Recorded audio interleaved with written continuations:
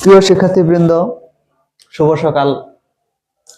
আজকে আমরা একটি সূত্র লিখছি, a plus b whole square equal a square plus 2ab plus b square. গতকাল আমি একটি ভিডিও দেখলাম, মোদিজি প্রশ্ন করছে ये एक्स्ट्रा 2ab कहाँ से आया।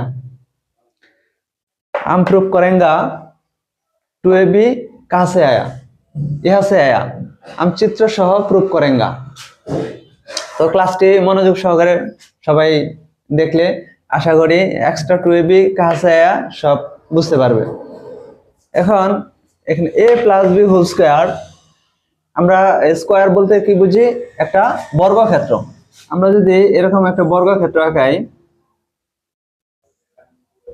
একটা বর্গক্ষেত্র আঁকাইলাম, এখানে যেহেতু দুইটার যোগফল একটা বাহু, এখানে a প্লাস বি একটা বাহু, তাহলে আমরা যদি এরকম ভাবে ভাগ করি, আমরা এটাকে ধরলাম a, এটাকে ধরলাম b।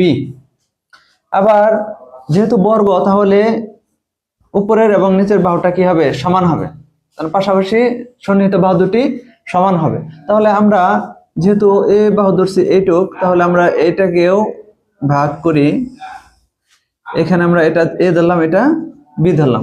অনুরূপভাবে যেহেতু এই পাশে এটা এ, তাহলে এটাও এ, আর এটা বি, এটাও বি। আবার উপরে এটা আমরা বি ধরছি, আর এটা এ। এখন আমরা এখানে বর্গক্ষেত্র, সম্পূর্ণ বর্গক্ষেত্রটিকে সমান 4টা ভাগে ভাগ করছি। এখন আমরা যদি এই ক্ষেত্রটির স্কয়ার করি, মানে বর্গ করি, তাহলে কি হয়, এ আর এ। আমরা জানি ক্ষেত্রফল বের হয় দুইটা বাহুর গুণফল দ্বারা, তাহলে এ আর এ, এ গুণ করলে কি হয়, স্কয়ার। আবার আমরা যদি এই রেক্টেঙ্গুলার শেপের ক্ষেত্রফল বের করি, অর্থাৎ আয়তক্ষেত্রের ক্ষেত্রফল বের করি, দৈর্ঘ্য গুণন প্রস্থ, তাহলে এ আর বি গুণ করলে এ বি। আবার এই শেপের যদি আমরা ক্ষেত্রফল বের করি, তাহলে এইটার বাহু হলো, দৈর্ঘ্য হলো কি বি, আর প্রস্থ হলো এ। তাহলে আমরা যদি এটার এরিয়া বা ক্ষেত্রফল বের করি, তাহলে এ গুণন বি, তাহলে কি হয়, এ বি। আবার এই শেপ, এটা হলো বর্গাকার শেপ, আচ্ছা স্কয়ার, তাহলে এটার একটি বাহু হলো বি, অপর বাহু হলো বি, তাহলে বি আর বি যদি আমরা গুণ করি, তাহলে কি হয়, বি স্কয়ার।